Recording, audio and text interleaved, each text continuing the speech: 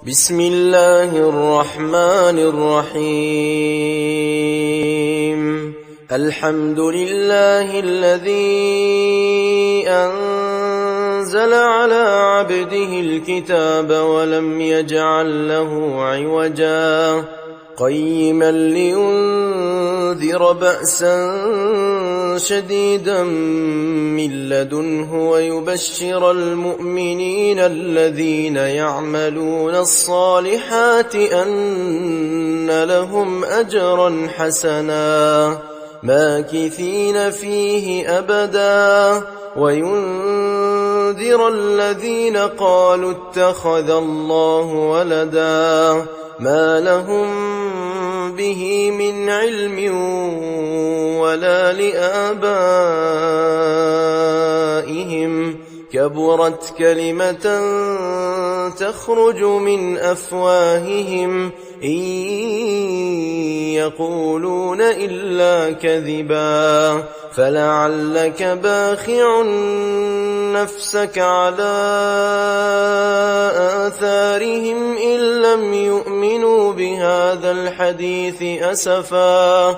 إنا جعلنا ما على الأرض زينة لها لنبلوهم أيهم أحسن عملا وإنا لجاعلون ما عليها صعيدا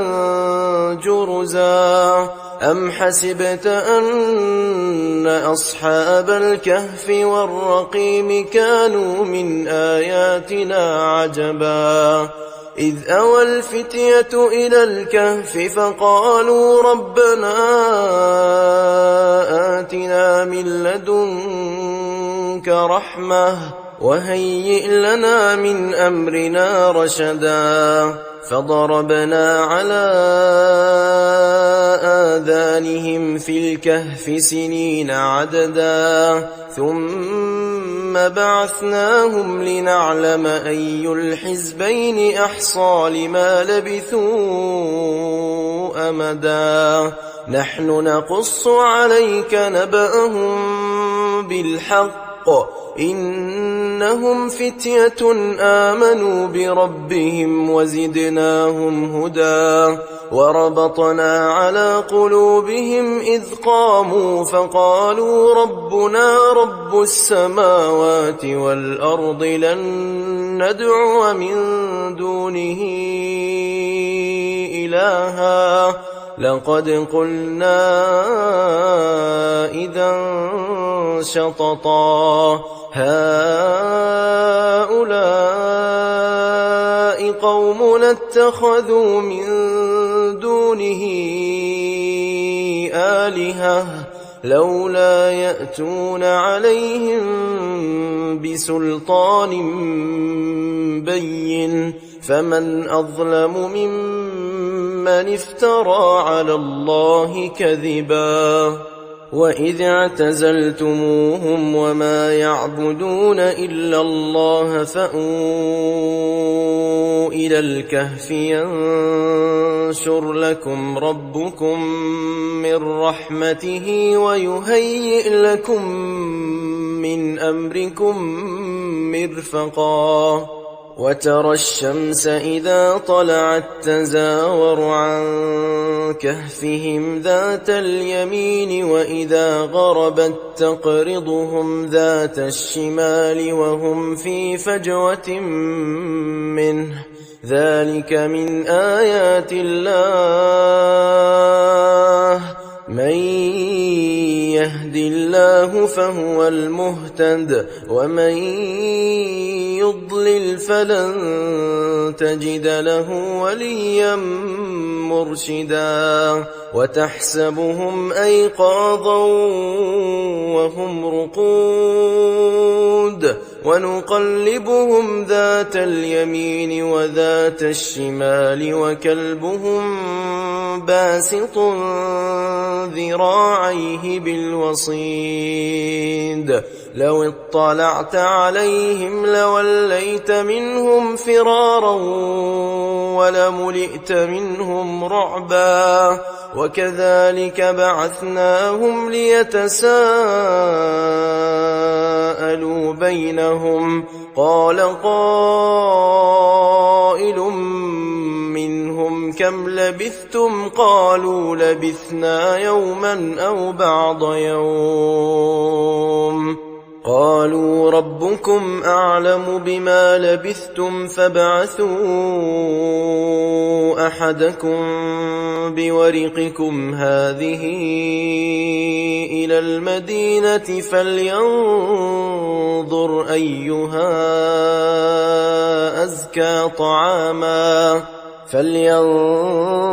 أيها أزكى طعاما فليأتكم برزق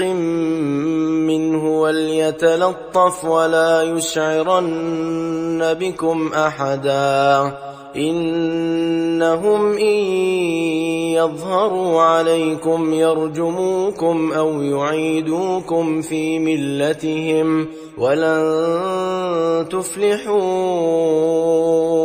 إذا أبدا وكذلك أعثرنا عليهم ليعلموا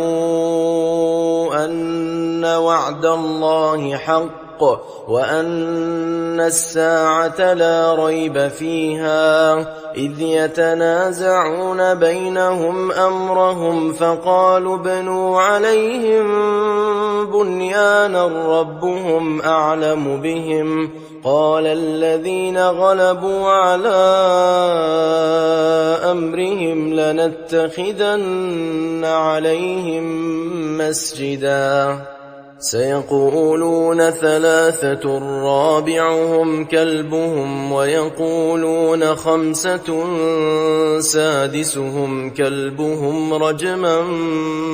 بالغيب ويقولون سبعة وثامنهم كلبهم قل ربي أعلم بعدتهم ما يعلمهم إلا قليل فلا تمار فيهم إلا مراء ظاهرا ولا تستفت فيهم منهم أحدا ولا تقولن لشيء إني فاعل ذلك غدا إلا أن يشاء الله واذكر ربك إذا نسيت وقل عسى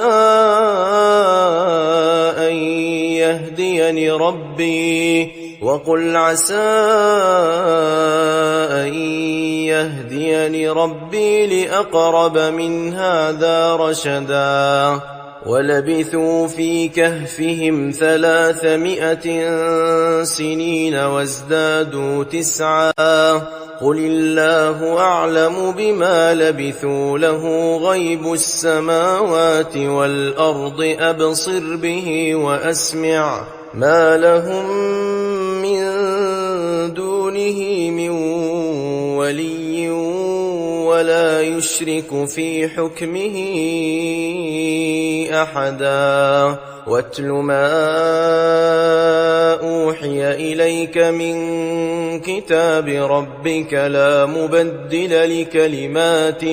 لا مبدل لكلماته ولن تجد من دونه ملتحدا واصبر نفسك مع الذين يدعون ربهم بالغداة والعشي يريدون وجهه ولا تعد عيناك عنهم تريد زينة الحياة الدنيا ولا تطع من أغفلنا قلبه عن ذكرنا واتبع هواه وكان أمره فرطا وقل الحق من ربكم فمن شاء فليؤمن ومن شاء فليكفر إنا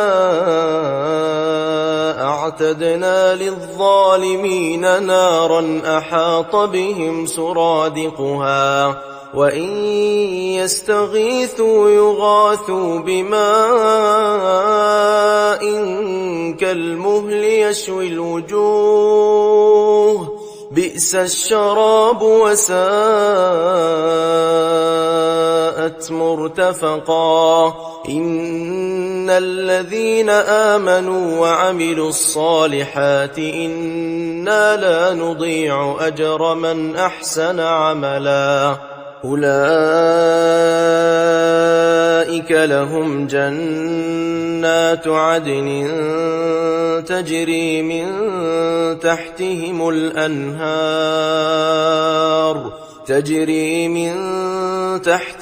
الأنهار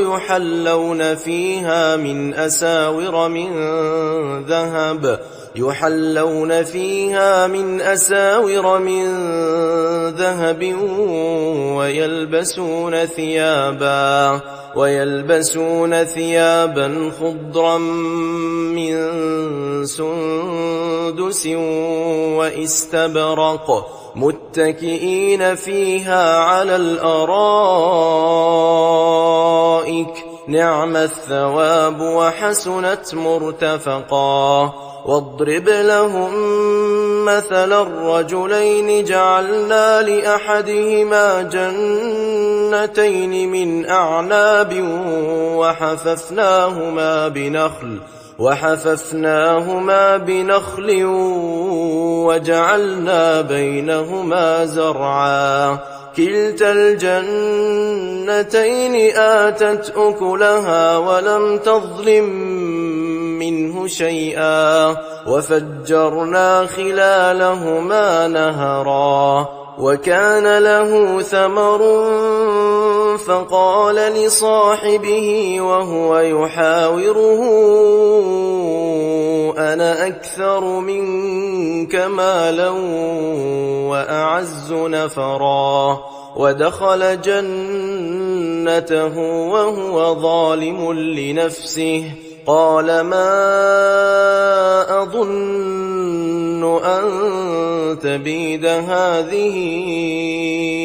أبدا وما أظن الساعة قائمة ولئن رددت إلى ربي لأجدن خيرا منها منقلبا قال له صاحبه وهو يحاوره أكفرت بالذي خلقك من تراب ثم من نطفة ثم سواك رجلا لكن هو الله ربي ولا أشرك بربي أحدا ولولا إذ دخلت جنتك قلت ما شاء الله لا قوة إلا بالله إن ترني أنا أقل منك مالا وولدا فعسى ربي أن يؤتيني خيرا من جنتك ويرسل عليها حسبانا من السماء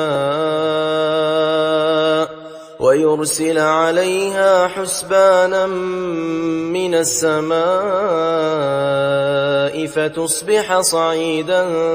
زلقا أو يصبح ماؤها غورا فلن تستطيع له طلبا وأحيط بثمره فأصبح يقلب كفيه على ما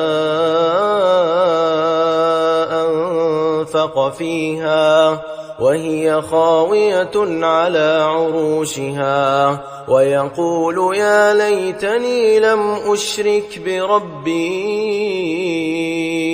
أحدا ولم تكن له فئة ينصرونه من دون الله وما كان منتصرا هنالك الولاية لله الحق هو خير ثوابا وخير عقبا واضرب لهم مثل الحياة الدنيا كماء إن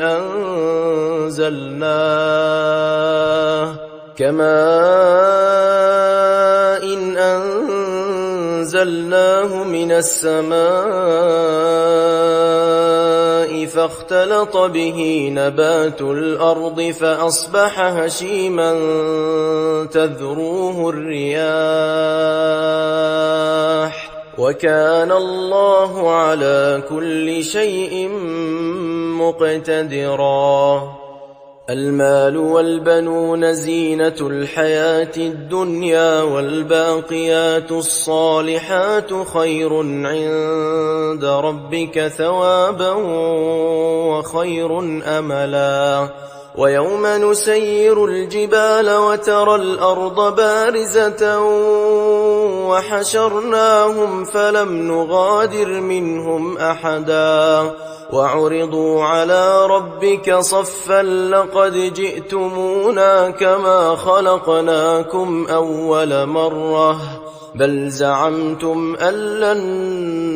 نجعل لكم موعدا ووضع الكتاب فترى المجرمين مشفقين مما فيه ويقولون يا ويلتنا ما لهذا الكتاب لا يغادر صغيرة ولا كبيرة إلا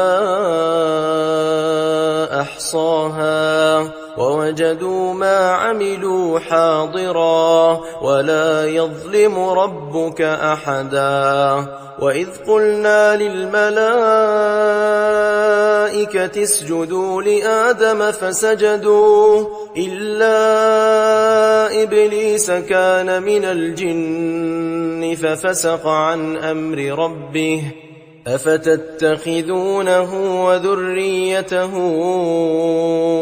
أولياء من دوني وهم لكم عدو بئس للظالمين بدلا ما أشهدتهم خلق السماوات والأرض ولا خلق أنفسهم وما كنت متخذ المضلين عضدا ويوم يقول نادوا شركائي الذين زعمتم فدعوهم فلم يستجيبوا لهم وجعلنا بينهم موبقا ورأى المجرمون النار فظنوا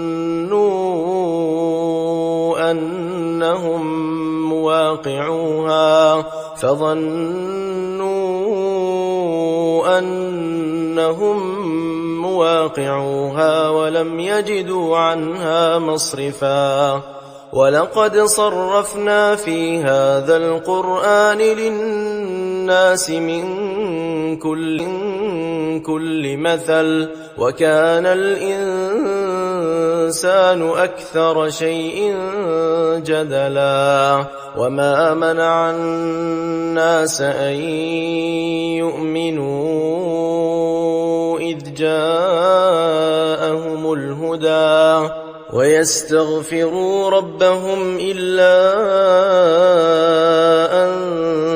تأتيهم سنة الأولين أو يأتيهم العذاب قبلا وما نرسل المرسلين إلا مبشرين ومنذرين ويجادل الذين كفروا بالباطل ليدحضوا به الحق واتخذوا آياتي وما أنذروا هزوا ومن أظلم ممن ذكر بآيات ربه فأعرض عنها ونسي ما قدمت يداه إنا جعلنا على قلوبهم أكنة أن يفقهوه وفي آذانهم وقرا وإن تدعهم إلى الهدى فلن يهتدوا إذن أبدا وربك الغفور ذو الرحمة لو يؤاخذهم بما كسبوا لعجل لهم العذاب بل لهم موعد لن يجدوا من دونه موئلا وتلك القرى أهلكناهم لما ظلموا وجعلنا لمهلكهم موعدا وإذ قال موسى لفتاه لا أبرح حتى أبلغ مجمع البحرين أو أمضي حقبا فلما بلغا مجمع بينهما نسيا حوتهما فاتخذ سبيله في البحر سربا فلما جاوزا قال لفتاه آتنا غداءنا لقد لقينا من سفرنا هذا نصبا قال أرأيت إذ أوينا إلى الصخرة فإني نسيت الحوت وما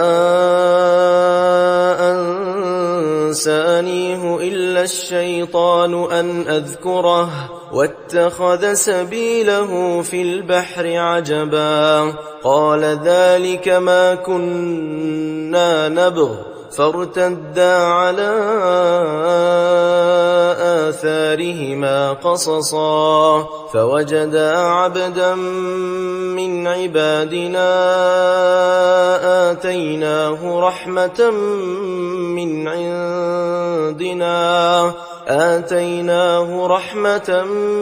من عندنا وعلمناه من لدنا علما قال له موسى هل أتبعك على أن تعلمني مما علمت رشدا قال إنك لن تستطيع معي صبرا وكيف تصبر على ما لم تحط به خبرا قال ستجدني إن شاء الله صابرا ولا أعصي لك أمرا قال فإن اتبعتني فلا تسألني عن شيء حتى أحدث لك منه ذكرا فانطلقا حتى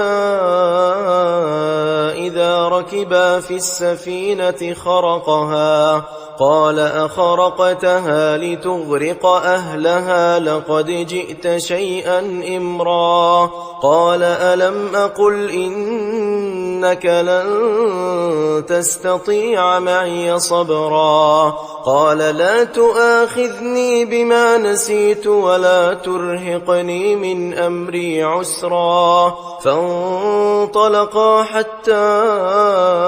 إذا لقيا غلاما فقتله قال أقتلت نفسا زكية بغير نفس لقد جئت شيئا نكرا قال ألم أقل لك إنك لن تستطيع معي صبرا قال إن سألتك عن شيء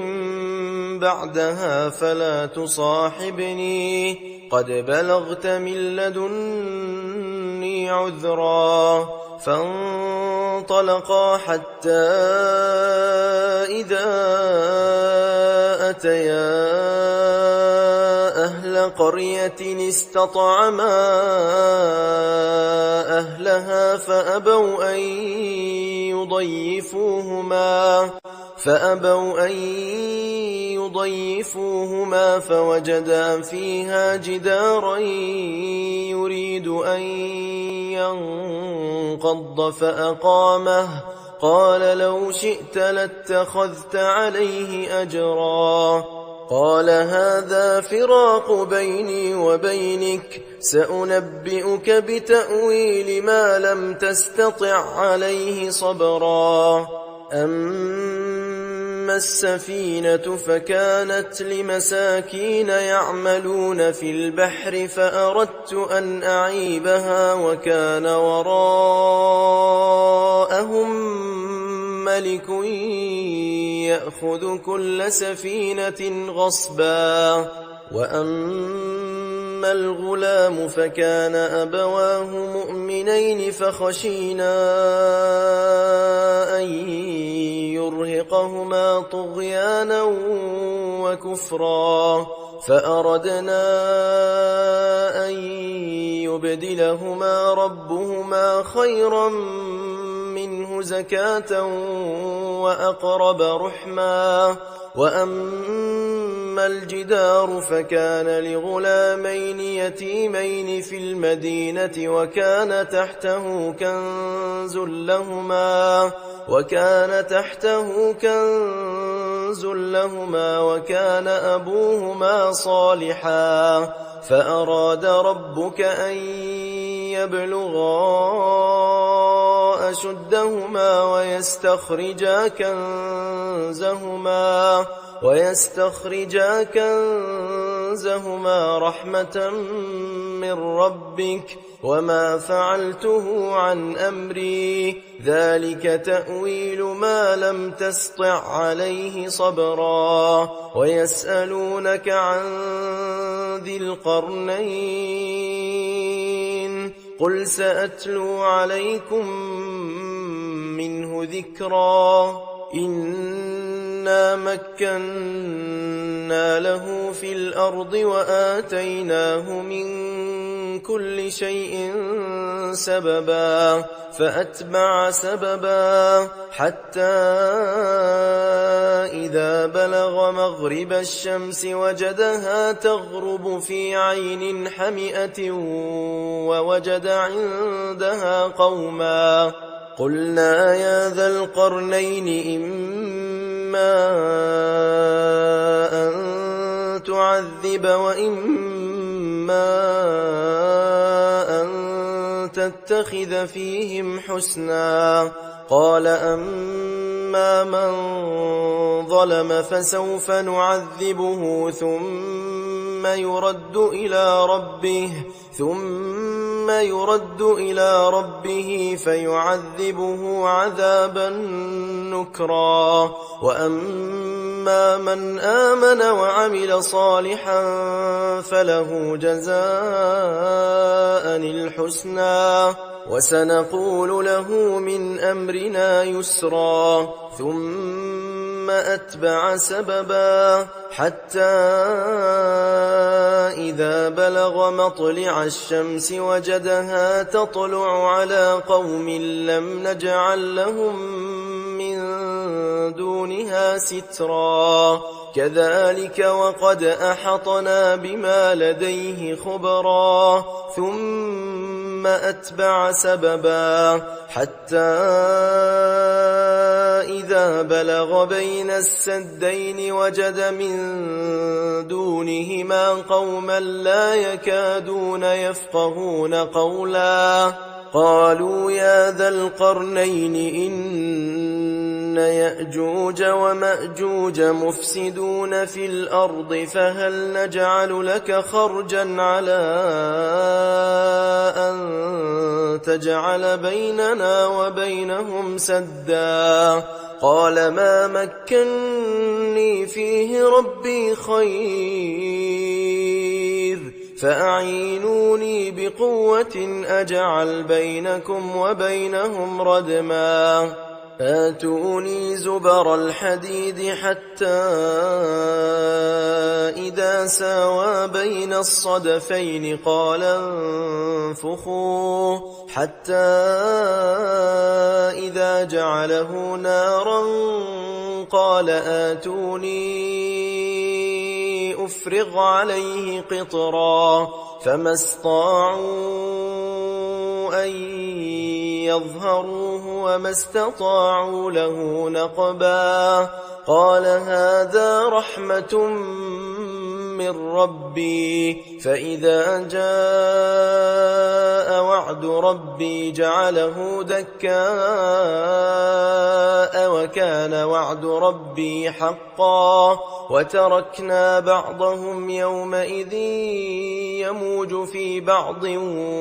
ونفخ في الصور فجمعناهم جمعا وعرضنا جهنم يومئذ للكافرين عرضا الذين كانت أعينهم في غطاء عن ذكري وكانوا لا يستطيعون سمعا أفحسب الذين كفروا أن يتخذوا عبادي من دوني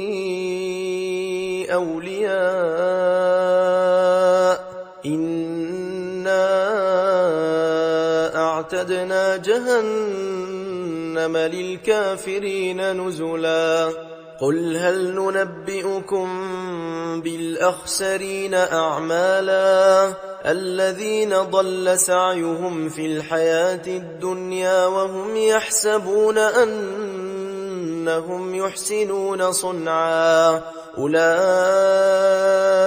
الذين كفروا بآيات ربهم ولقائه فحبطت أعمالهم فلا نقيم لهم يوم القيامة وزنا ذلك جزاؤهم جهنم بما كفروا واتخذوا آياتي ورسلي هزوا إن الذين آمنوا وعملوا الصالحات كانت لهم جنات الفردوس نزلا خالدين فيها لا يبغون عنها حولا قل لو كان البحر مدادا لكلمات ربي لنفد البحر قبل أن تنفد كلمات ربي ولو جئنا بمثله مددا قل إنما أنا بشر مثلكم يوحى إلي أنما إلهكم إله واحد فمن كان يرجو لقاء ربه فليعمل عملا صالحا ولا يشرك بعبادة ربه أحدا.